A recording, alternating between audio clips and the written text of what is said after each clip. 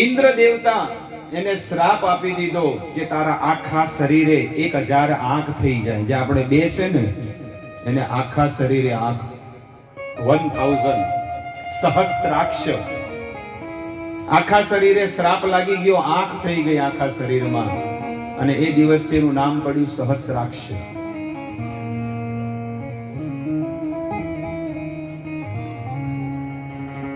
ઇન્દ્ર દેવતા શરમનો માર્યો સ્વર્ગમાં જતો રહ્યો. આજે પણ જે ઇન્દ્ર દેવતા સ્વર્ગમાં છે ને એને કેટલી આંખો છે? 1000. બે ઘડી માટે વિચાર કરો કે આટલો મોટા પદ ઉપર રહેવા વાળો ઇન્દ્ર દેવતા પણ આવું ખોટું કામ કરે તો સંસારના માણસો ખોટું કર્મ કરે એમાં ક્યાં નવાઈની વાત છે? જીવન તો એનું સાર્થક છે કે જેને ભગવાનની ભક્તિ કરી છે, જે ભગવાનનું નામ લે છે, એનું જીવન સફળ છે. ભલે કોઈ પણ જીવાતમાં લાખો ને કરોડો પ્રકારના દોષ હોય, દુર્ગુણ હોય, પણ જો ભગવાનનું નામ લેવાનું ચાલુ કરશે ને તો બધા દોષોથી મુક્ત થઈ જશે. યસ્યાસ્તિ ભક્તિ ભગવત કિંચના સર્વે ગુણસ્તત્ર સમાસતે સુરાહ. ભગવાન કપિલ માં દેહૂતીને કહે છે કે હે માં, જે મારી ભક્તિ કરે, જે મારું નામ લે, જે મારું ભજન કરે છે ને એની અંદર બધા ગુણ આવી જાય છે. યસ્યાસ્તિ ભક્તિ એટલે કે જે મારી ભક્તિ કરે, ભગવત અકિંચના સર્વે ગુણસ્તત્ર, એક પણ ગુણ બાકી નહીં રહે. જે દેવતાઓમાં જે ગુણ છે ને એના કરતા પણ વધારે ગુણ આ પૃથ્વી પર રહેવા વાળા મનુષ્યને એ વસ્તુ મળી જાય છે. ઇન્દ્ર દેવતા મોઢું નીચું કરીને જતો રહ્યો, પણ ઓલી અહલ્યા તો કુટિયામાં હતી. અહલ્યા એક શબ્દ પણ બોલી નથી શકતી, કારણ કે એને પેલા નકલી ગૌતમને જોયા ને હવે અસલી આવ્યા, ઓરિજિનલ. ઇન્દ્ર દેવતા તો જતો રહ્યો પણ એક શબ્દ બોલી ન શકી. એને તો ખબર જ નથી, સપને ખબર નથી આવી વસ્તુ. ગૌતમ ઋષિ મુનિએ શ્રાપ આપી દીધો કે તું એક જળની જેમ બેઠી છે, તને એ ખબર નથી પડતી આ કોણ હતો, અને તે આવું ખોટું કર્મ કર્યું, જા તને પાપ લાગશે, તને મોટો અપરાધ લાગશે. હું તને શ્રાપ આપું છું, તું પથ્થરની જેમ એક શબ્દ બોલતી નથી, જા તું પથ્થર બની જા. અને અહલ્યા હાથ જોડેલી પથ્થર બની ગઈ. એ બે હાથ જોડતી હતી પોતાના પતિના ચરણોમાં. જુઓ પહેલાની સ્ત્રીઓનું જીવન અને પહેલાના લોકોનું જીવન તમે જુઓ કેવું પવિત્ર હતું. અહલ્યા એક શબ્દ પણ ન બોલી. અને અત્યારની હોય જા, બીજા ઘણા છે, લઈ જશે મને. ઈ તો ભાઈ કળિયુગની પાખંડી હોય ને, ઉલટા સ્ત્રી હોય ને, એને જીવ ઉપર આવી વાણી આવે. પવિત્ર પતિવ્રતા સ્ત્રી હોય ને, ઈ આ ઘોર કળિયુગની અંદર પણ પવિત્ર જીવન જીવશે. પર પુરુષ ઉપર ક્યારે ખોટી દ્રષ્ટિ નહીં નાખે. બહુ અઘરું છે. આ આત્માને પતન તરફ આ જ વસ્તુ લઈ જાય છે. આ 14 લોકની અંદર આ વસ્તુ છે. અરે બ્રહ્મા જેવા બ્રહ્માજી પણ પોતાની દીકરી સરસ્વતી કહેવાય એમાં ખોટી દ્રષ્ટિ નાખેલી છે. આવું વેદ કહે છે. આપણા વેદોમાં આવી બધી ઘટનાઓ ઘટેલી છે. અહલ્યા પથ્થરના શરીરમાં છે અને ભગવાન રામ આ બધી કથા સાંભળી. ભગવાન રામ હવે એમનો જમણો પગ એ અહલ્યાના મસ્તક ઉપર મૂકવા જઈ રહ્યા છે.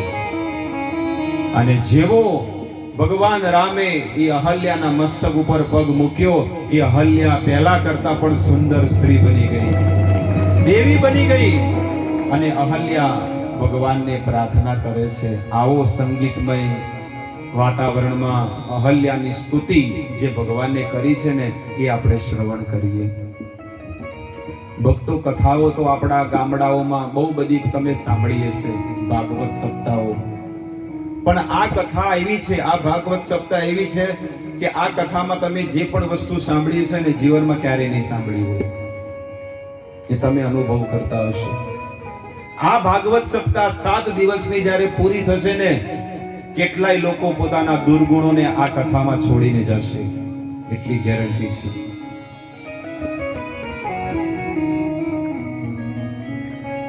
અહલ્યા ભગવાનને પ્રાર્થના કરે છે, પર સદ પદ પાવન શોક નસાવન પ્રકટ ભઈ તપ પૂજ સહી. તાળીઓ સાથે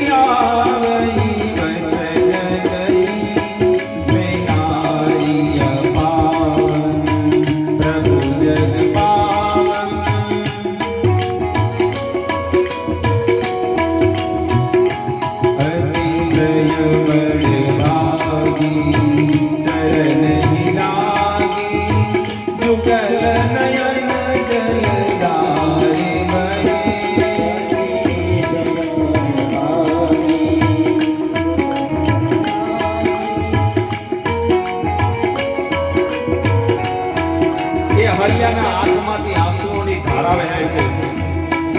અહલ્યા એટલી સુંદર લાગે છે, ભગવાનને પ્રાર્થના કરે છે, અતિ પ્રેમ અધીરા પુલક શરીરા, એનું શરીર પુલકિત થઈ ગયું છે. અને અહલ્યા કહે છે, અતિશય ભાગી ચરણ લાગી જુગલ નયન જલધારે બહે.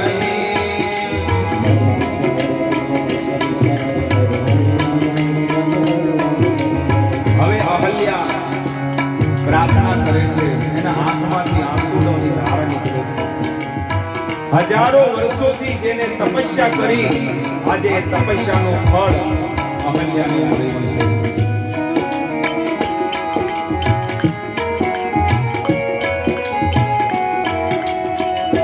ધીરજ મન कीना प्रभु जुग कीना रघुपति कृपा भगति वाई सती रमन वाणी अस्तुति गानी ज्ञान गम्य जय रघुराई. એ ધીરજ ધરીને અહલ્યા પ્રાર્થના કરે છે.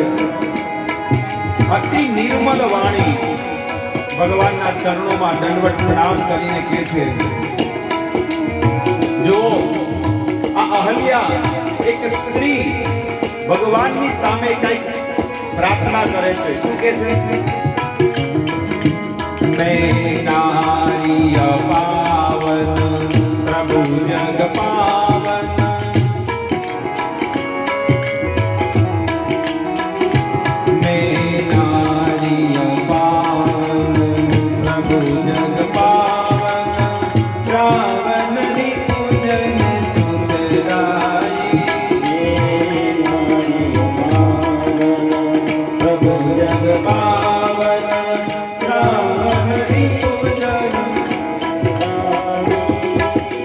અહલ્યા કહે છે કે હે પ્રભુ, આ નારી છે ને એ જન્મથી અપવિત્ર છે, પણ તમે કેવા છો? પ્રભુ જગ પાવન, તમે તો આ જગતના લોકોને પવિત્ર કરવા વાળા છો. રાજીવ વિલોચન ભવ ભય મોચન પાહી પાહી સર નહીં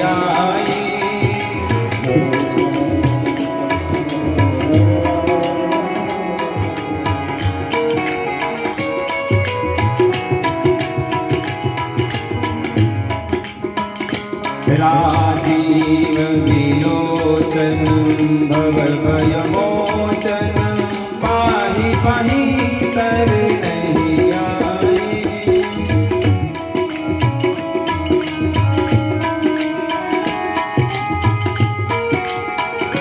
હે પ્રભુ, હે રામ, મને તો એવું લાગ્યું છે કે મારા પતિએ મને શ્રાપ આપ્યો છે, પણ શ્રાપ નથી આપ્યો, મારા પતિએ મને વરદાન આપ્યું છે. હું કરોડો વર્ષો સુધી પણ આ સંસારમાં રોત ને તો મને તમારા દર્શન ન થાત, પણ મારા પતિએ મને શ્રાપ આપ્યો છે. શ્રાપ નથી પણ અનુગ્રહ કર્યો છે, કૃપા કરી છે, અને આજે મને તમારા દર્શન થઈ ગયા પ્રભુ.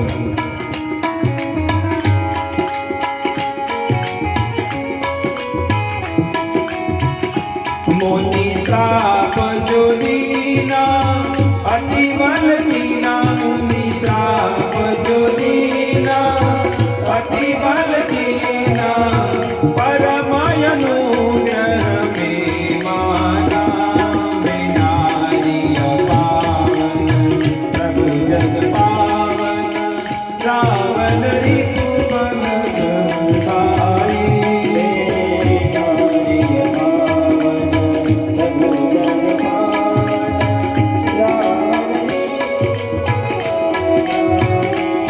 આવી રીતે અહલ્યા સ્તુતિ કરે છે, અને સ્તુતિ કરતા કરતા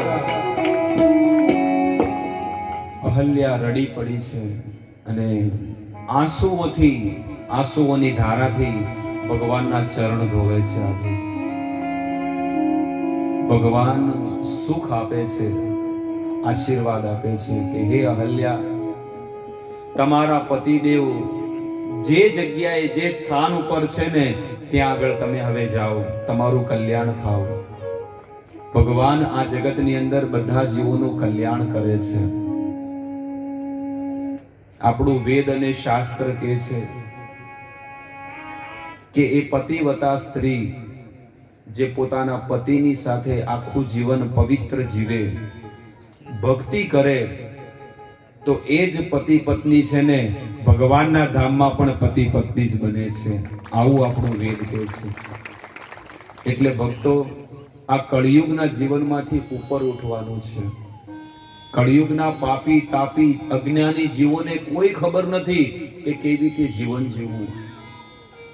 કથાઓ તો ભક્તો બહુ સાંભળીએ છીએ આપણે આપણા જીવનમાં.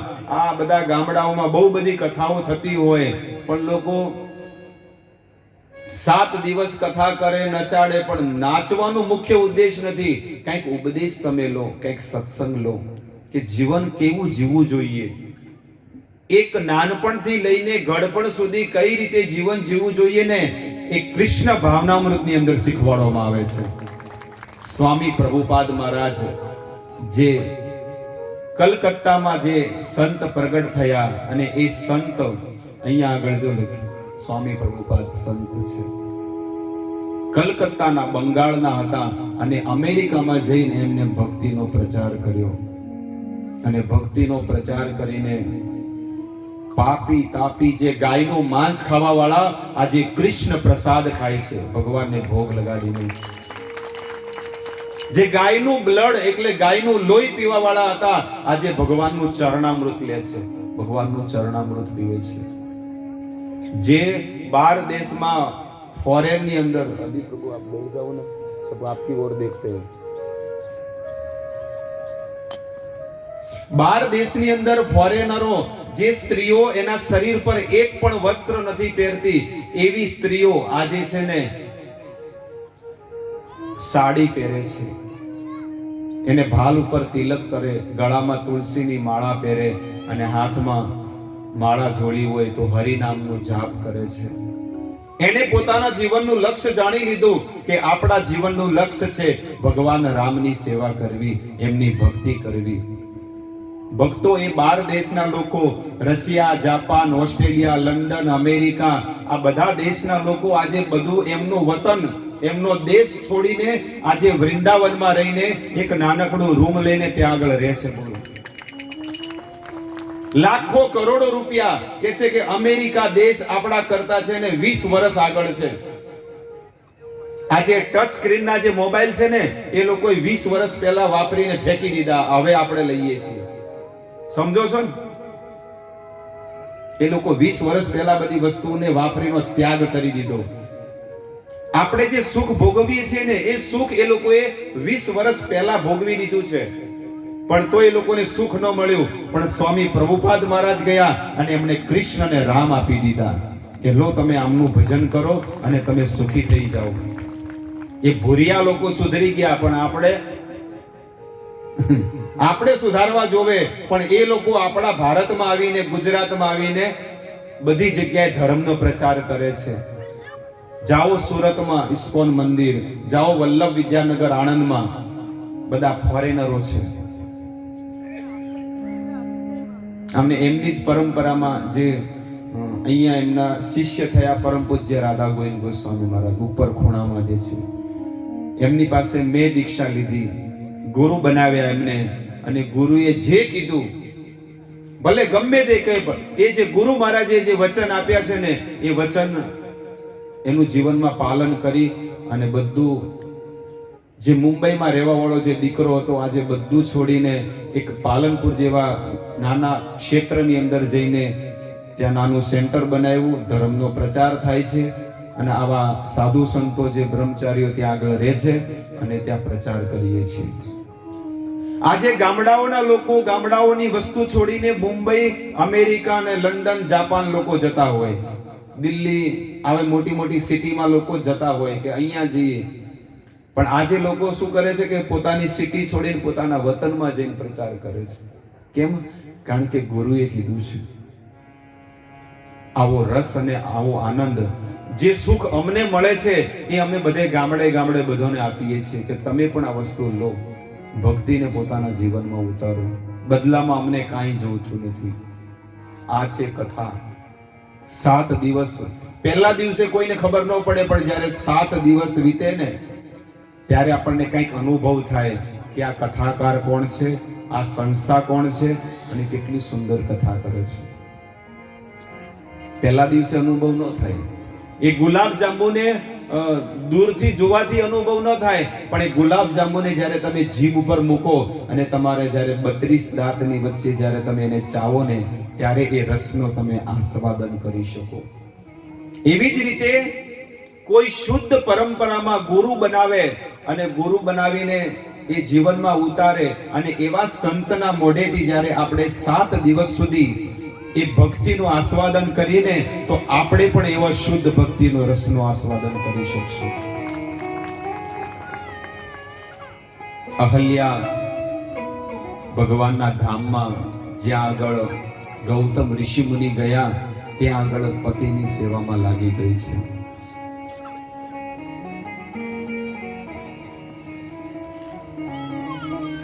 એના પછી સીતાજીના વિવાહનું બધી જગ્યાએ આખા બ્રહ્માંડમાં વાત ફેલાઈ ગઈ કે સીતાજીનું સ્વયંવર છે અને સીતાજીની સાથે એમના વિવાહ થવાના છે. કોના? કે જે ધનુષ તોડે એના. આવું જનક રાજાએ એલાન કરી દીધું. કારણ કે જનક રાજાને પરશુરામજીએ એક ધનુષ આપ્યું હતું અને એ ધનુષ જ્યારે પરશુરામજીએ આપ્યું હતું એ સ્થાનથી જનકપુરમાં લાવતા 1500 પહેલવાનો લાગ્યા હતા. એટલું મોટું અને વજનદાર ધનુષ હતું. 1500 પહેલવાનો લાગ્યા હતા. એમના ઘરે સીતાજીનો જન્મ થયો. સીતાજી 4 કે 5 વર્ષની ઉંમરના હતા, નાની બાળા, ધરતીમાંથી પ્રગટ થયેલા ભૂમિ. અને સીતાજી પ્રગટ થયા 5 વર્ષની ઉંમર. વર્ષોથી યુગોના યુગો વીતી ગયા હતા, પણ એ ધનુષની નીચેથી કચરો કોઈએ સાફ નતો કર્યો. કારણ કે એટલું મોટું ધનુષ ઉપાડે કોણ? ઘણાને કેવું હોય, પેલું કબાટ હોય તો કબાટ નીચે બહુ કચરો જામે, પલંગ નીચે પણ અંદર હાથ ન જાય તો કઈ રીતે સાફ કરે? એવી રીતે આટલું મોટું ધનુષ સીતાજી એક દિવસ જોયું તો આ ધનુષની નીચે કેટલી બધી ધૂળ જામી છે. જે ધનુષને ઉપાડવા માટે 1500 પહેલવાનો લાગ્યા તોય ધનુષ ઉપડતું નહોતું. સીતાજીએ ફડકો, શું કે કપડું, એ કપડું લીધું અને એ જે ધનુષને છે ને એક આંગળીથી ઊંચું કર્યું અને નીચે સાફ કરીને ધનુષ મૂકી દીધું. એમ આખું ધનુષની નીચે જે પણ કચરો હતો એ બધો સાફ કરી દીધો. હવે જનક મહારાજે રોજ ધનુષના દર્શન કરવા આવતા દિલ્હી, પણ આજે જે જગ્યા સાફ જોઈને એટલે એની પત્નીને બૂમ મારી, અહીંયા કોઈ આવ્યું હતું? એટલે એની પત્ની જે છે ને સીતાજીની માતા બહુ ડરી ગયા કે હવે કઈક બન્યું, હવે કઈક થશે. કે હા, સીતાજી કાલે આવ્યા હતા સવારમાં.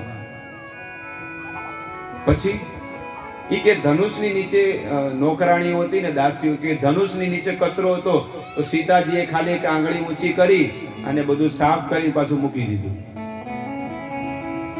જનક મહારાજ વિચાર કરે છે કે આ ધનુષને લાવવા માટે 1500 પહેલવાન લાગ્યા હતા તોય ધનુષ ઉપડતું નહોતું, અને મારી 5 વર્ષની દીકરી એક આંગળીમાં ઉપાડી દીધું.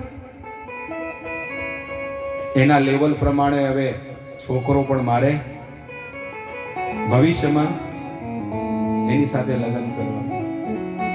ત્યારે જનક રાજાએ એલાન કરી દીધું કે આ ધનુષની જે પ્રચંડતા ચડાવશે એની સાથે મારી દીકરીના હું વિવાહ કરીશ. એ ધનુષને ઉપાડી અને એની પ્રચંડતા જો ચડાવે ને દોરી, એની સાથે મારી દીકરીના હું લગ્ન કરીશ. વાયુ વેગે આખા બ્રહ્માંડમાં વાત ફેલાઈ ગઈ અને એ સભામાં બધા લોકો પધાર્યા છે. વિશ્વામિત્ર પણ રામ અને લક્ષ્મણને લઈને પધાર્યા. રાવણ પણ એ સભામાં પધાર્યો હતો. દેશ દેશ કે ભૂપતિ નાના. ગોસ્વામી તુલસીદાસજી લખે છે કે મોટા મોટા દેવતાઓ પણ ત્યાં આગળ આવીને પોતપોતાની ખુરશી ઉપર લાઈનમાં બેસી ગયા હતા. અને જેવા બધા રાજાઓ આવે ને એટલે પોતાની શક્તિનું પ્રદર્શન કરતા હતા. જેવા ખુરશી પરથી ઊભે એટલે શું કરે? હું આ ધનુષને તોડીશ. પણ જેવા એ ધનુષને ઉપાડવા જાય ને એટલે બધી શક્તિ ક્ષીણ થઈ જાય. એક પછી એક બધા લોકો, મોટા મોટા રાજાઓ આવ્યા, પણ કોઈનાથી ધનુષ ઉપડ્યું નહીં. પછી પાર્ટનરશિપમાં ધંધો ચાલુ કર્યો કે ભાઈ આપણે 2 જણા ભેગા મળીને ઉપાડીએ, પછી નક્કી કરશું કોની સાથે લગ્ન કરવા. ત્યારે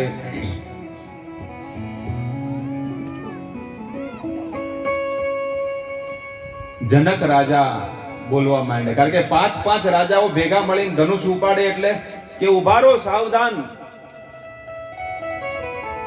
મારું કેટલું દુર્ભાગ્ય છે કે મેં આવી શરત રાખી, ડૂબી મરો. આટલા મોટા મોટા રાજાઓ આખા બ્રહ્માંડમાંથી આવ્યા છે, પૃથ્વી પરથી આવ્યા છે. મને એ પણ ખબર છે કે દેવતાઓ પોતાનું સ્વરૂપ બદલાવીને આ સભામાં આવીને બેઠા છે. સ્વર્ગના દેવતાઓ, એનાથી કાંઈ થતું નથી. મારે આવું વચન નહોતું લેવું જોઈતું હતું. હવે મારી લાગે છે કે વિધાતાએ મારી દીકરીના વિવાહ કોઈની સાથે લખ્યા નથી. આ પૃથ્વી વીરોથી ખાલી થઈ ગઈ છે. બસ આટલું સાંભળ્યું અને લક્ષ્મણજી ઉકળ્યા. જનક રાજા ખબરદાર છે, જે સભાની અંદર અયોધ્યા નંદન, દશરથ નંદન રામ અને લક્ષ્મણ હોય અને સભાની અંદર તમે આવી વાત કરો છો? અરે મારો ભાઈ એમ કહી દે ને તો આ બ્રહ્માંડને એક દડાની જેમ ઉછાળીને ફેંકી દઉં. આ ધનુષની ક્યાં વાત કરો છો? બસ એક આદેશ મળે તો. પણ રામ છે ને કે છે, શાંત કરે છે કે લક્ષ્મણ શાંત થઈ જાય. ક્યાં સુધી?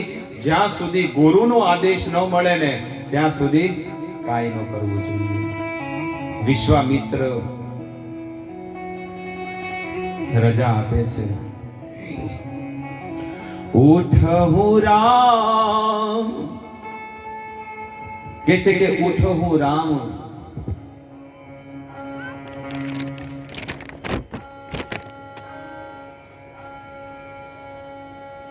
ભગવાન રામ ઉઠે છે અને ઊભા થઈને એ ધનુષ ઉપર પ્રચંડતા ચડાવવા જઈ રહ્યા છે.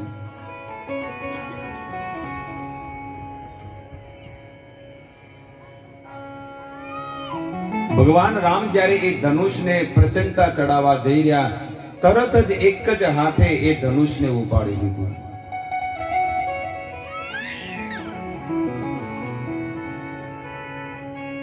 બધા લોકો એ સભામાં બેઠા હતા, દંગ રહી ગયા. જેવા રામ જ્યારે ઊભા થયા તો કોઈને લાગ્યું નહીં, વિશ્વાસ ન હોય કે આવો છોકરો કઈ ધનુષ ઉપાડવાનો છે. મોટા મોટા પહેલવાનો જો આ ધનુષને ન ઉપાડી શક્યા, મોટા મોટા રાજાઓ દેવતાઓ, તો આ શું ઉપાડવાનો છે? પણ તરત જ ધનુષ ઉપાડ્યું અને પ્રચંડતા જેવી ચડાવી અને ધનુષ જેવું તૂટ્યું ને આખું બ્રહ્માંડ ડોલવા માંડ્યું. ધનુષ તોડી નાખ્યું અને સીતાજીનો જે વિશ્વાસ હતો ને આજે પૂર્ણ થઈ ગયો. કારણ કે સીતાજીને પણ ચિંતા હતી કે કદાચ ધનુષ નહીં તૂટે તો મારા સ્વામીના ગળામાં હું કઈ રીતે ફૂલની માળા નાખીશ. પણ સીતાજી બહુ ખુશ થઈ ગયા. પણ જેવા ધનુષ તૂટ્યું એટલે આવ્યા, કોણ આવ્યા? પરશુરામજી આવ્યા. અને પરશુરામજી આવીને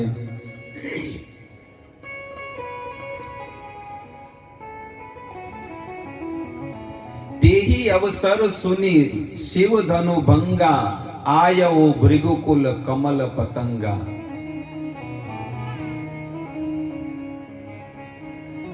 અતિશિર બોલી વચન કઠોરા, કહું જનક જડ ધનુષ કે તોડા. હે જડ જનક, આ ધનુષ કોને તોડ્યું? અને આટલી બધી આ ક્ષત્રિયોની સભા કેમ જામી છે? તને ખબર નથી કે હું મારા ફરસોથી આ બધાને મારી નાખવાનો છું? મેં 21 વાર આ પૃથ્વી પર ક્ષત્રિયોથી વિહીન નક્ષત્રી કરી નાખી છે. આટલી મોટી સભા કેમ લાગી છે? ત્યારે જનક રાજા કહે છે કે મારી દીકરીનું સ્વયંવર છે. અને જ્યારે ધનુષ જોયું ને, આ ધનુષ કોને તોડ્યું અને કોને આને ધનુષને હાથ લગાડ્યો, ત્યારે રામ કહે છે કે આ ધનુષ તોડવા વાળો તમારો કોઈ દાસ જ હશે.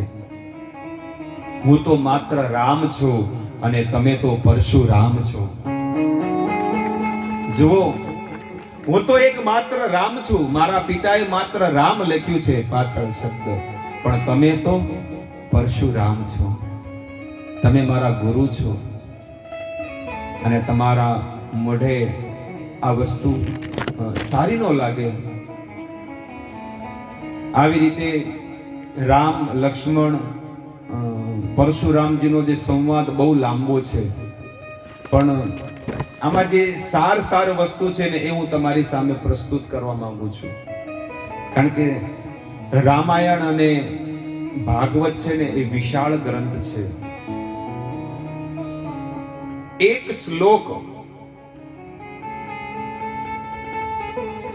એક શ્લોકમાં આખો દિવસ ભાગવત થઈ શકે.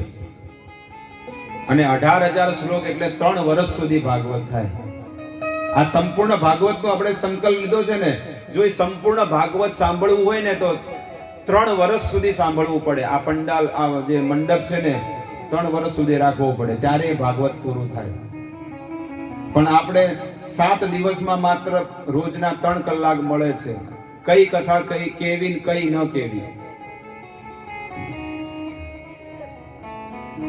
પહેલા જ દિવસે છે ને પ્રથમ સ્કંદની જ કથા ચાલતી હતી. પહેલા દિવસે તો મહાત્મા, બીજા દિવસે પ્રથમ સ્કંદ, ત્રીજા દિવસે ડાયરેક્ટ ચતુર્સ્કંદમાં આપણે કથા સાંભળી ધ્રુવ મહારાજની. ચોથા દિવસે નરકનું વર્ણન, નરસિંહદેવ ભગવાનનું પ્રાગટ્ય. 7મા સ્કંદ સુધી આવી ગયા અને આજે ડાયરેક્ટ 9મો સ્કંદ આવ્યા છીએ. અને કાલે 10મ સ્કંદ આવશે, ભગવાન જન્મ, કૃષ્ણનો જન્મ ઉત્સવ.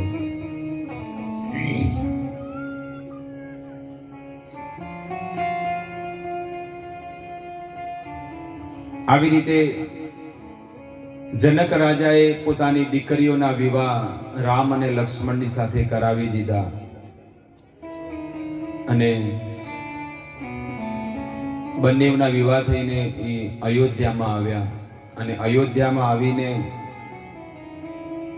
એક રસમ હોય, એક રીત હોય છે કે જ્યારે વહુ ઘરે આવે ને એટલે મુખ દિખાઈ કહે છે ને, શું કે સાસુ છે ને એનું મોઢું જોવે, એવું આવું લખેલું છે. તો સીતાજીનું મોઢું જોવાના કઈ છે ને મોઢું જોવાનું શું આપ્યું? મુખ જોવાના. એમને એક કનક ભવન આપી દીધું. સંસારની સાધારણ સાસુ હોય તો 51 રૂપિયા આપી દે, 50 ને 1 રૂપિયાનો સિક્કો ઉપર હોય. વધારે પ્રેમ કરતી હોય તો 101 આપે. એનાથી વધારે પ્રેમ કરતી હોય તો 501 આપે, પછી વધારે ન આપે. વધારે પ્રેમ હારો નહીં કે માથે ચડી જાય.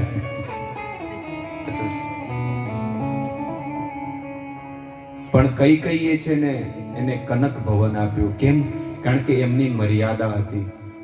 સીતાજીની કેટલી મર્યાદા, શાલીનતા કેટલી. જનકપુર એ સીતા મૈયા જ્યારે જમીન ઉપર ચાલતા ને તો એમના આખા શરીરમાં એક પણ અંગ નહોતો દેખાતો. કપડા પણ જમીનથી ઘસાતા હતા. અત્યારે ઘસાય પણ લોકો છે ને ખાલી નીચેના કપડા જ ખાલી ઘસાતા હોય, બગડે, પણ શરીરનો એક પણ અંગ ન દેખાય. સીતાજીને એટલી મર્યાદા, બોલવાની, ચાલવાની. હું કઈ જગ્યાએ છું, કયા સ્થાને છું, આ શીખવાનું છે સ્ત્રીઓને, બહેનોને, વહુઓને, દીકરીઓને. આ સીતાજીની જે આ કથા છે ને રામાયણમાં આની આપેલી છે. એની ક્યારેક આપણે રામ કથા સાંભળશું 9 દિવસ સુધી, અને આખી રામ કથા જેમાં કૃષ્ણ કથા નહીં આવે, માત્ર રામના જ ગુણ ગાવાની ઈ કથા. અને ઈ રામ કથાની જ્યારે 9 દિવસ કોઈ સાંભળે ને, જે સાંભળશે એના જીવનમાં કેટલું જીવન પરિવર્તન થઈ જશે. હંમેશા બોલવાની, ચાલવાની બધી મર્યાદા હોવી જોઈએ. કોઈ પણ વ્યક્તિ ગમે તે રીતે, ગમે ત્યારે, ગમે તે શબ્દ બોલી દે કે મારા સાસુ છે, મારા સસરા છે, મારા પિતા છે, મારો ભાઈ છે, મારો દિયર છે, બધાની સાથે મારે કઈ રીતે વ્યવહાર કરવો, કઈ રીતે સંબંધ રાખવો, એ બધું વસ્તુ જાણવું જોઈએ. દરેકને ઉપદેશ છે. એક સમય સબ સહિત સમાજા, રાજસભા રઘુરાજ બિરાજા. આવી રીતે દશરથ રાજા પોતાના રાજમહેલની અંદર જ્યારે રાજ સિંહાસન પરથી ઉતર્યા અને પોતાના મહેલમાં આવ્યા ને એટલે પોતાનું મુગુટ ઉતારીને નીચે મૂકે છે. ત્યારે એમને કાન ઉપર જોયો કે એક સફેદ વાળ એમને જોયો. એમને દેખાણો નતો, પણ આજે જોઈ લીધું કે મને એક સફેદ વાળ થયો છે. ત્યારે કહે છે કે ભયહુ બદન ઓર વિરાગ બન, ભવત બસતવા ચોથપન.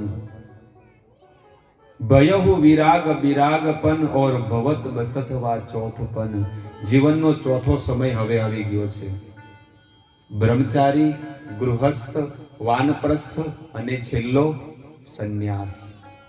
કે હવે મારો એ સમય આવી ગયો છે જંગલમાં જવાનું, તો હું મારા દીકરાને રાજપાટ સોંપી દઉં.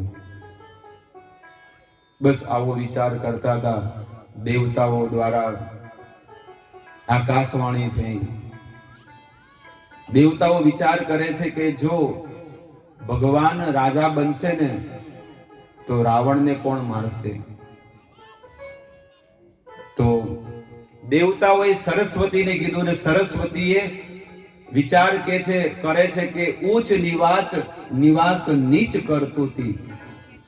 આ દેવતાઓ તો ઉપરના લોકમાં રહે છે, પણ એનું વર્તન કેવું છે તમે જુઓ. પણ નહીં, આ કાર્ય કરવું પડશે. ત્યારે સરસ્વતી અયોધ્યામાં આવી અને અયોધ્યામાં જઈને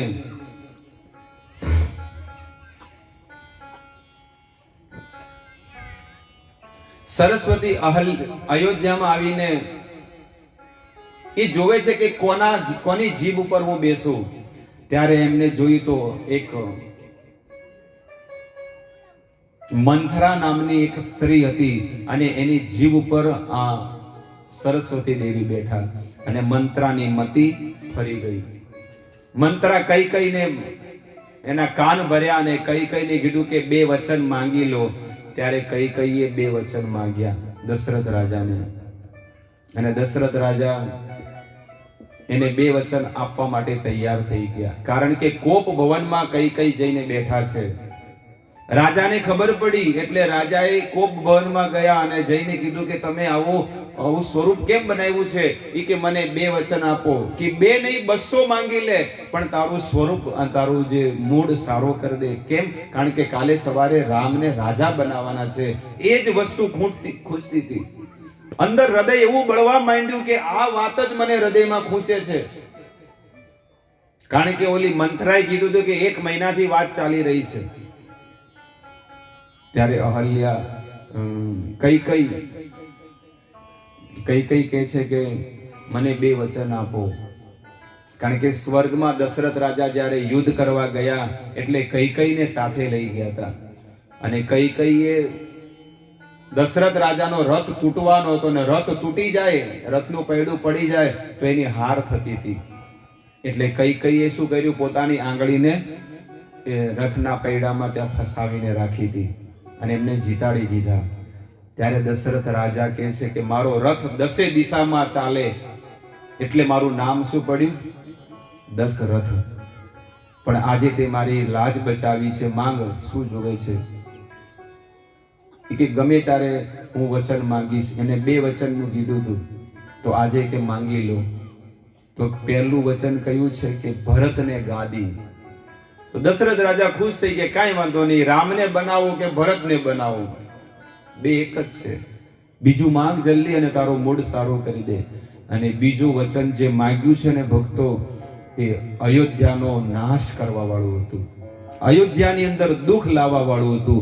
અને એ વચન ગોસ્વામી લખે છે, તાપસ વેશ વિશેષ ઉદાસી 14 બરસ રામ વનવાસી. તાપસ વેશ વિશેષ ઉદાસી 14 વર્ષ રામ વનવાસી. 14 વર્ષ માટે રામને વનમાં મોકલી દો. અને આવું સાંભળતાની સાથે જ કહે છે કે હે રાણી, આવું ન માંગો, તમે મારા પ્રાણ માંગી લો, પણ મારા પ્રાણથી પ્રિય રામને તમે વનમાં મત મોકલો. દશરથ રાજાને મૂર્છિત થઈ ગઈને જમીન ઉપર પડી ગયા અને આ રામને વાત કાનમાં ગઈ. રામ જોયું કે દશરથ રાજા મૂર્છિત થઈ ગયા. કેમ થયા? શું વાત હતી?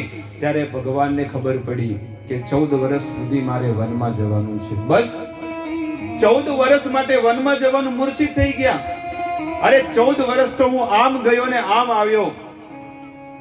દશરથ રાજાને ધીરે ધીરે હોશ આવ્યા. સુમંતજીને કહે છે કે તમે માત્ર અયોધ્યાની બહાર ગેટની બહાર લઈને પાછા આવતા રહેજો. પણ સુમંતજીને કહે છે કે તમે તો હવે અયોધ્યામાં જાઓ, અમારે તો વનમાં જવું છે. જેના માટે મેં જન્મ લીધો છે ને એ કામ આજે મારે પૂરું કરવાનું છે. અસુરોનો વિનાશ કરવાનો છે. પંચવટીમાં મહારાષ્ટ્રમાં આવ્યા અને ત્યાં આગળ રાવણ સીતાજીનું અપહરણ કરી લઈ ગયા.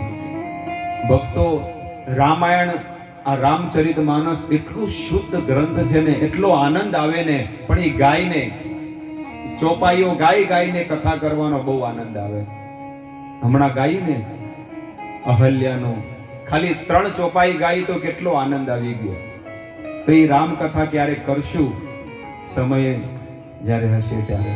ભગવાનની જો કૃપા હશે ને તો ફરીથી આ ગામમાં રામકથા થશે. બધા આવશો ને કથામાં?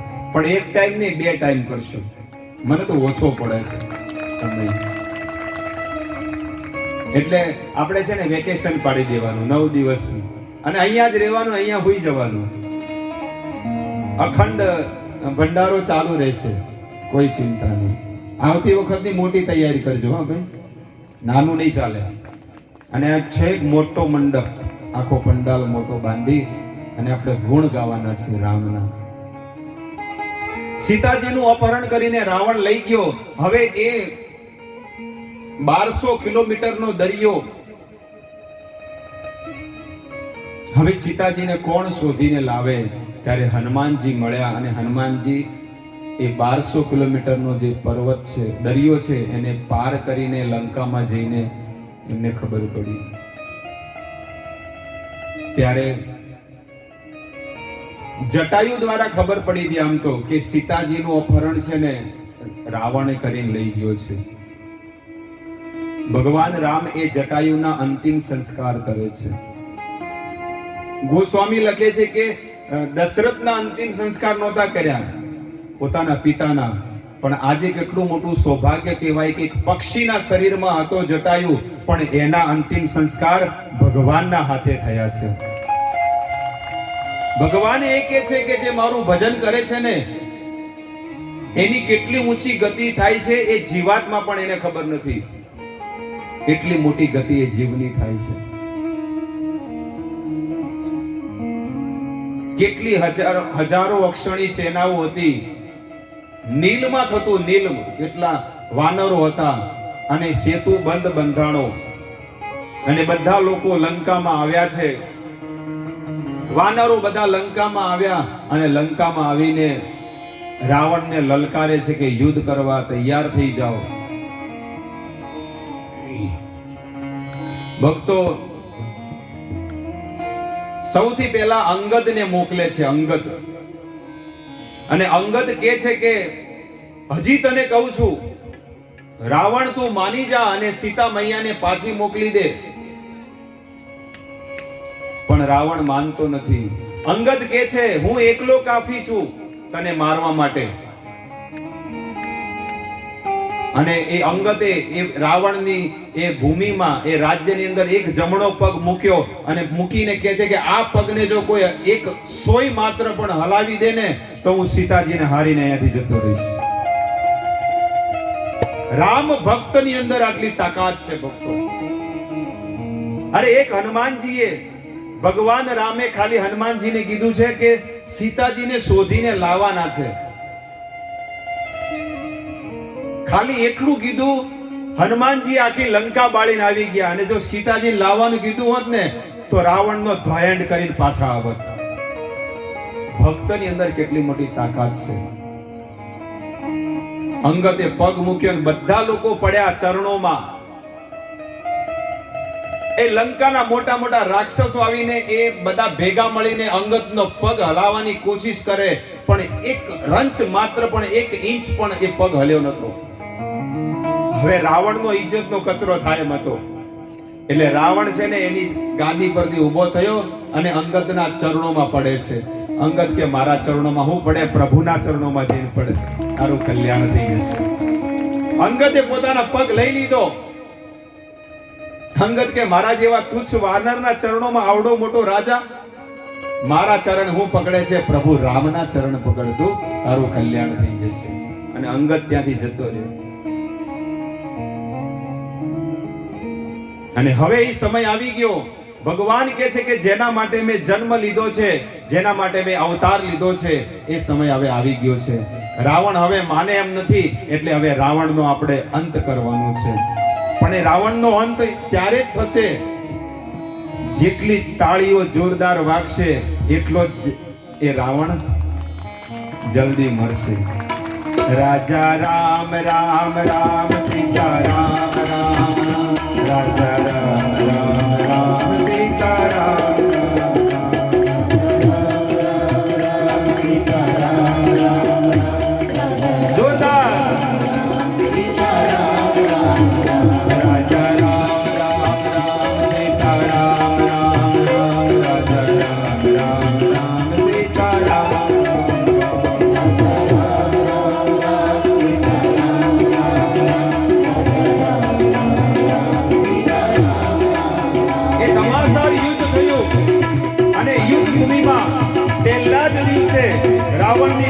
50% સેના સમાપ્ત થઈ ગઈ. રાજા રામ રામ રામ સીતા રામ રામ રામ. રાજા રામ રામ રામ સીતા રામ રામ રામ.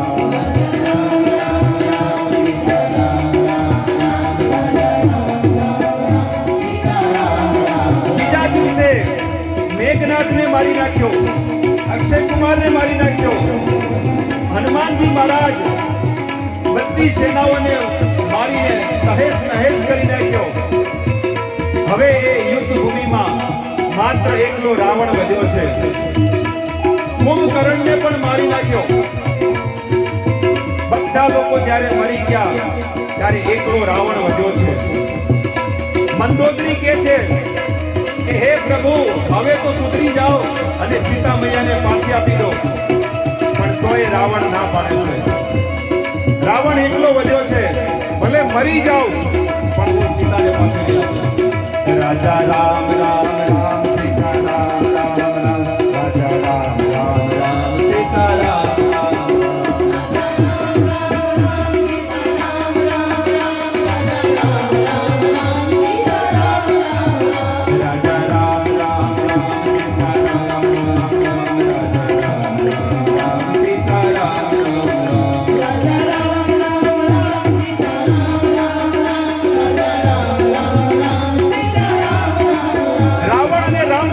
ધમાસાર યુદ્ધ થયું. વાદળાઓ ગરજવા માંડ્યા, વીજળીના કડાકા થવા માંડ્યા અને જોરદાર એવું યુદ્ધ થયું. પણ ભગવાને તીર મારે પણ રાવણને કાઈ ન થાય. ભગવાન કહે છે કેમ રાવણ મરતો નથી? ત્યારે વિભીષણ કહે છે કે એના નાભીમાં અમૃતનો કુંડ છે. જ્યાં સુધી એ અમૃતનો કુંડ નહીં ફૂટે ત્યાં સુધી રાવણનો અંત નહીં થાય. રાજા રામ રામ રામ સીતા રામ રામ રામ. રાજા રામ રામ રામ સીતા રામ રામ રામ. રાજા રામ રામ રામ સીતા રામ રામ રામ. રાજા રામ રામ રામ સીતા રામ રામ. ભક્તો આટલું સાંભળતાની સાથે જ ભગવાને એ રાવણનો અંત કરવા, ઋષિ મુનિઓની અગ્નિને પુનઃ પ્રજ્વલિત કરવા માટે, દેશમાં કપાતી ગાયોને બચાવવા માટે, એમની રક્ષા કરવા માટે તર્કસમાંથી બાણ કાઢ્યું. જેવું તર્કસમાંથી બાણ કાઢ્યું, આ ધરતી ધ્રુજવા માંડી, કાપવા માંડી. બધા ઋષિ મુનિઓ સમજી ગયા કે હવે આ રાવણનો અંત આવવાનો છે. રાજા રામ રામ રામ સીતા રામ રામ રામ. રાજા રામ રામ રામ સીતા રામ રામ રામ.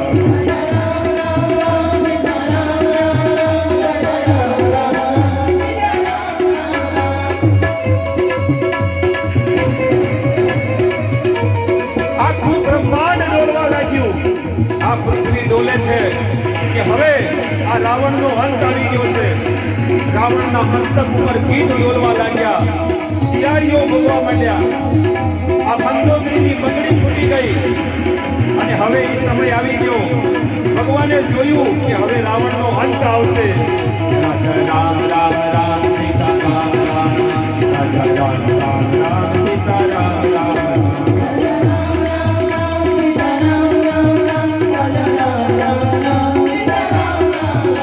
એ રાવણ સમજી ગયો કે મારા રથનું પૈડું પડી ગયું છે, હવે મારો અંત આવી ગયો છે.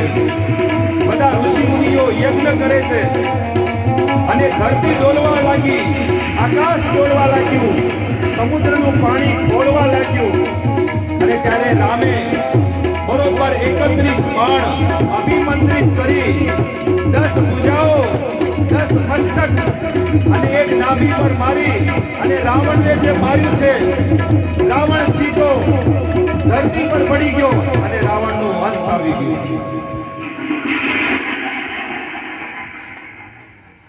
ભક્તો, આવી રીતે ભગવાન રામે એ રાવણનો વધ કર્યો અને રાવણ ધરાશાય થઈ ગયો છે. રાવણ એટલે શું? આસુરી વૃત્તિ.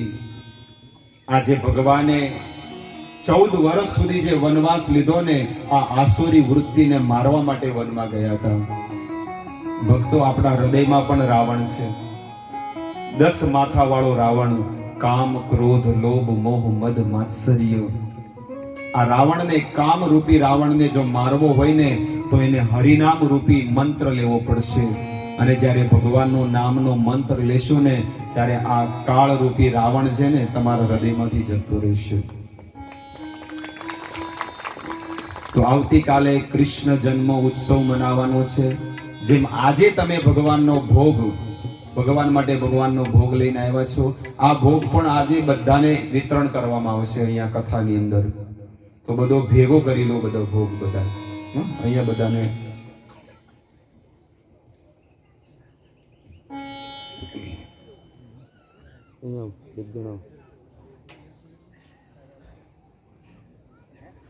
હરે કૃષ્ણ મંત્ર બોલો.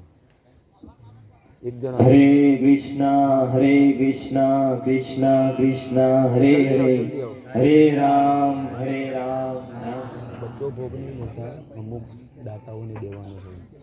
સમજી ગયું કેવું લાગે છે? તમે જેમ કહેતો દાતાઓને જેને દાન આપ્યું છે ને એને પ્રસાદ દેવાનો. થોડોક અડધો ભોગ લઈ લો, અડધો ખાલી લો, અડધી સ્વીટ રાખો. હા, જોડી આપી દો.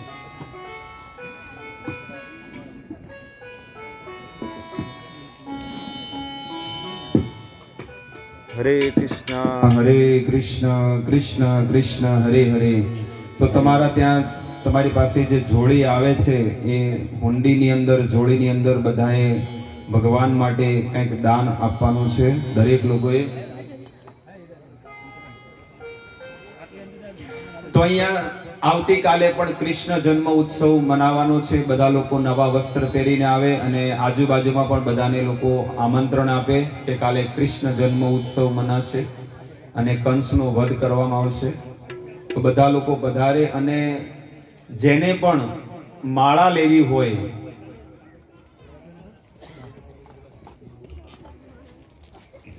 આવી રીતે આ માળા આવે, માળા, એ માળા ઉપર કોઈ એવો વિચાર કરે કે અમારે પણ માળા કરવી છે, તો જેને પણ માળા કરવી હોય અહીંયા એક ભાઈ બેસશે પ્રભુ, એને તમારું નામ અને તમારો મોબાઈલ નંબર લખાવો, જેથી કરીને 7મા દિવસે તમને માળા દેવામાં આવશે. એનો કોઈ ચાર્જ નથી, 1 રૂપિયો પણ નથી, પણ બધા લોકોએ માળાનો જાપ કરવાનો છે.